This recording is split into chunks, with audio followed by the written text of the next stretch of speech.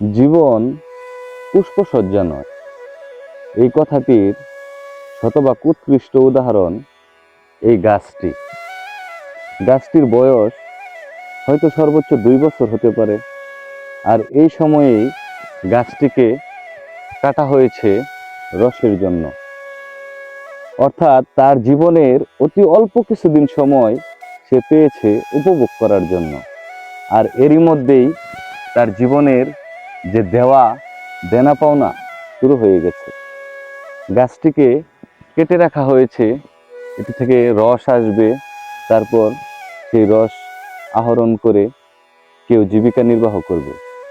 এখানে দুজনার উদ্দেশ্যই এক, তিনিও রোদ, ঝড়, বৃষ্টি, শীত উপেক্ষা করে এখানে এসে কাজ করবে, আর এই গাছটিও এই বিস্তীর্ণ প্রান্তরে থেকে মানুষের সেবায় তার যতটুকু অবদান বিলিয়ে দেওয়ার সেটুকু সে বিলিয়ে দেবে। এই যে একবার তার শ্রম দেওয়া শুরু হয়েছে, একবার তার সেবা দেওয়া শুরু হয়েছে, বছরের পর বছর, দিনের পর দিন এভাবেই তাকে দিয়ে যেতে হবে।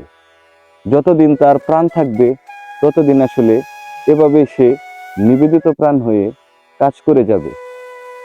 এটা থেকে আমরা আসলে জীবনের যে আসলে পথটা কতটা কঠিন, কতটা কণ্টকীর্ণ, সেই বিষয়টা আসলে আমরা সুন্দরভাবে উপস্থাপন করতে পারি বা বুঝতে পারি যে জন্ম হলেই তার আসলে একটা সময় না একটা সময় সেই কঠিন পরিস্থিতির সাথে মোকাবেলা করতে হবেই।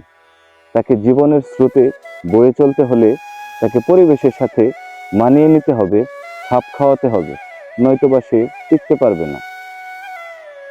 সুন্দর এই গাছের জন্য খুব মায়া লাগলো, কিন্তু মায়া লাগলেও কিছুই করার নেই, কারণ সেও একটা মহৎ কাজে সাথে যুক্ত হচ্ছে।